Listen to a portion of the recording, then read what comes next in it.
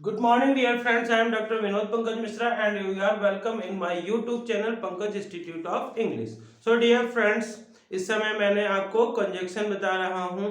Conjunction में आपको बताया कि कंजक्शन दो प्रकार के होते हैं। एक होता है कोऑर्डिनेटर, दूसरा होता है सबऑर्डिनेटर। कोऑर्डिनेटर के अंतर्गत आते हैं दो प्रकार के होते हैं। एक होता है सिंपल कोऑर्डिनेटर जिसके अंतर्गत एंड, बट और नॉर आता है। दूसरा होते हैं कोरिलेटिव कोऑर्डिनेटर जिसके अंतर्गत आइदर और, neither, nor, both and, not only but also. इनका यूज मैंने आपको अलग से डिफरेंट वीडियोस में बताया है। उसके बाद मैंने बताया कि सबऑर्डिनेट तो तीन प्रकार के होते हैं। पहले सिंपल होता है, फिर कंपाउंड होता है और फिर कॉम्प्लेक्स होता है। तो dear friends, I am here with new topic clause. आज मैं आपके सामने लेकर के आया हूं कि क्लॉज क्या होते हैं। क्लॉज तो आज हम इसके बारे में चर्चा करते हैं। तो डियर फ्रेंड्स, यदि आपको इस प्रकार से मेरे वीडियोस पसंद आ रहे हैं तो इन्हें लाइक करिए, शेयर करिए, और यदि आप चैनल के लिए नए हैं तो ज़्यादा से ज़्यादा सब्सक्राइब करिए। शेयर से मेरा तात्पर्य इस प्रकार से है कि जो भी इंग्लिश पढ़ने वाले छात्र हैं, जो गांव में रह रहे हैं, जिनके पास कोई सुविधा नहीं है, वो भी इन वीडियोस के थ्रू इंग्लिश सीख सकें। सो डियर फ्रेंड्स, शुरू करते हैं क्लॉज। तो सबसे पहले देखिए डेफिनेशन होता क्या है clause.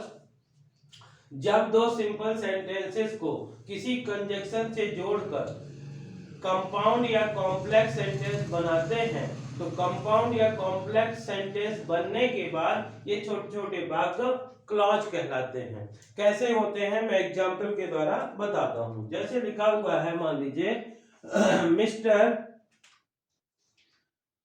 Mister mister Sharma is a teacher. Mister Sharma is a teacher. Mister Sharma एक टीचर है। दूसरा लिखा हुआ है mister Sharma is very punctual. Very punctual. दो सेंटेंस लिखे हुए हैं, ये दो सिंपल सेंटेंसेस हैं। Mister Sharma is a teacher, mister Sharma is very punctual.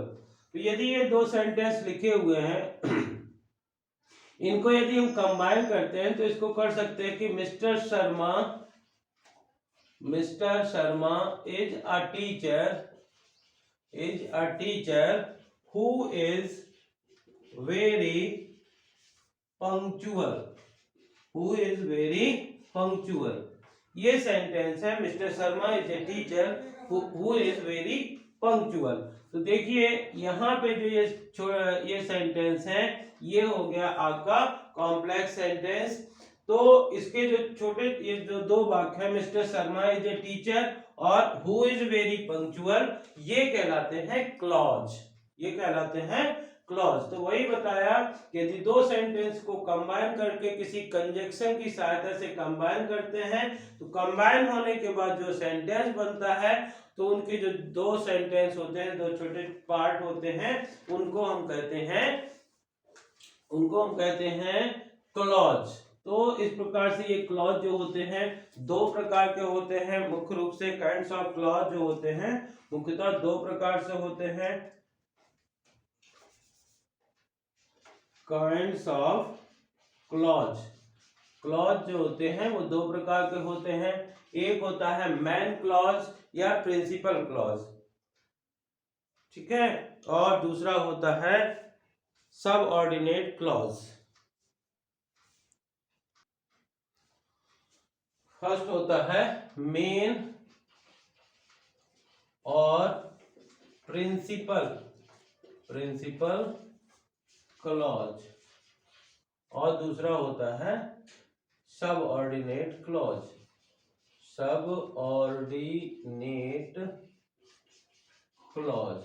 First होता है मेन और प्रिंसिपल क्लॉज, मुख्य क्लॉज जिसको बोलते हैं। दूसरा होता है सबऑर्डिनेट क्लॉज।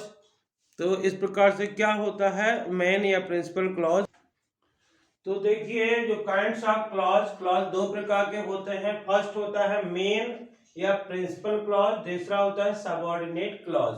तो जो मेन यानी कि मुख्य क्लॉज जो होता है कंपाउंड सेंटेंस का वह भाग होता है जो अर्थ के लिए दूसरे वाक्य पर निर्भर नहीं होता है। वो डिपेंड नहीं होता है, अपने आप में स्वतंत्र होता है, इसका एक निश्चित अर्थ होता है, तो उसे कहते हैं मेन या प्रिंसिपल क्लॉज। देखिए यहाँ पे क्या होता है, मेन या प्रिंसिपल क्लॉज कंपाउंड सेंटेंस का वह भाग जो अर्थ के लिए दूसरे वाक्य पर निर्भर नहीं होता है, जिसका अपना स्वयं का सब्जेक्ट एवं प्रेडिकेट होता है। जैसे ऊपर एग्जाम्पल में जो ये सेंटेंस है, जैसे ऊपर लिखे वाक्य में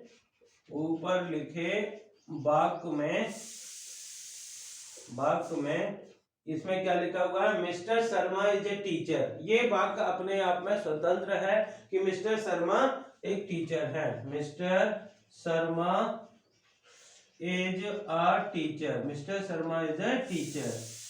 जो mister Sharma is a teacher है ये मेन या प्रिंसिपल क्लॉज है, क्योंकि मिस्टर शर्मा टीचर है, उसमें वो अपने आप में स्वतंत्र है। लेकिन जो दूसरा पार्ट होता है, हु इज वेरी पंक्चुअल, जो कि समय के बहुत पाबंद है। कौन समय के पाबंद है? जब पहले सेंटेंस को देखेंगे मिस्टर शर्मा समय के पाबंद है, यानी कि दूसरा पार्ट वो होता है जो अर्थ के लिए दूसरे पहले वाक्य पर निर्भर होता है, उसे सबऑर्डिनेट क्लॉज कहते हैं। किस प्रकार से लिखते हैं देखते हैं।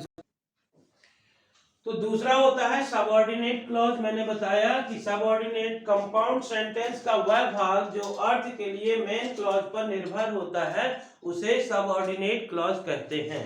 जैसे जो ये ऊपर सेंटेंस लिखा हुआ है, इसमें हु इज वेरी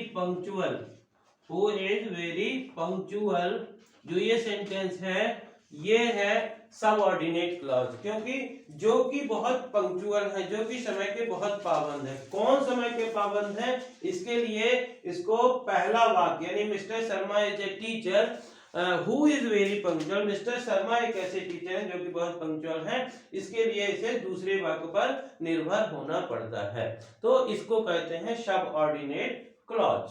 तो इस प्रकार से सबऑर्डिनेट क्लॉज जो होता है वो दूसरे वाक्य पर निर्भर होता है। और जो ये सबऑर्डिनेट क्लॉज होता है ये 3 प्रकार का होता है। सबऑर्डिनेट क्लॉज इस 3 प्रकार का होता है। पहला होता है नाउन क्लॉज, दूसरा होता है एडजेक्टिव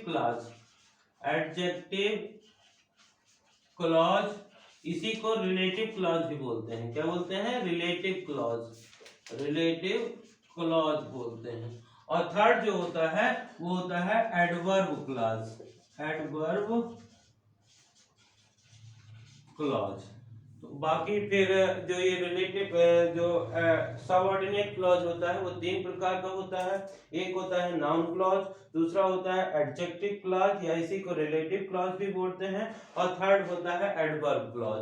जो एडवर्ब क्लॉज होते हैं वो फिर आगे और भी 7 और 8 प्रकार के होते हैं, तो इनका फिर आगे और भी डिटेल में इस प्रकार से इनका डिटेल में स्टडी करते हैं। तो सबसे पहले देखते हैं क्लॉज क्या होता है। जब दो सिंपल सेंटेंस को किसी कंजक्शन से जोड़कर कंपाउंड या कॉम्प्लेक्स सेंटेंस बनाते हैं, तो कॉम्प्लेक्स या कंपाउंड सेंटेंस बनने के बाद ये छोटे छोटे वाक्य क्लॉज कहलाते हैं। क्लॉज मुख्यतः 2 प्रकार से होता है। एक होता है मेन क्लॉज या प्रिंसिपल क्लॉज, जो अर्थ के लिए दूसरे वाक्य पर निर्भर नहीं होता है, इसीलिए प्रिंसिपल या मेन क्लॉज कहते हैं। दूसरा होता है सबऑर्डिनेट क्लॉज, कंपाउंड सेंटेंस का वह भाग जो अर्थ के लिए दूसरे वाक्य पर निर्भर होता है, उसे हम सबऑर्डिनेट क्लॉज कहते हैं। सबऑर्डिनेट क्लॉज 3 प्रकार के होते हैं। फर्स्ट होता है नाउन क्लॉज, सेकंड होता है रिलेटिव क्लॉज जिसे एडजेक्टिव क्लॉज भी कहते हैं, और थर्ड होते हैं एडवर्ब क्लॉज।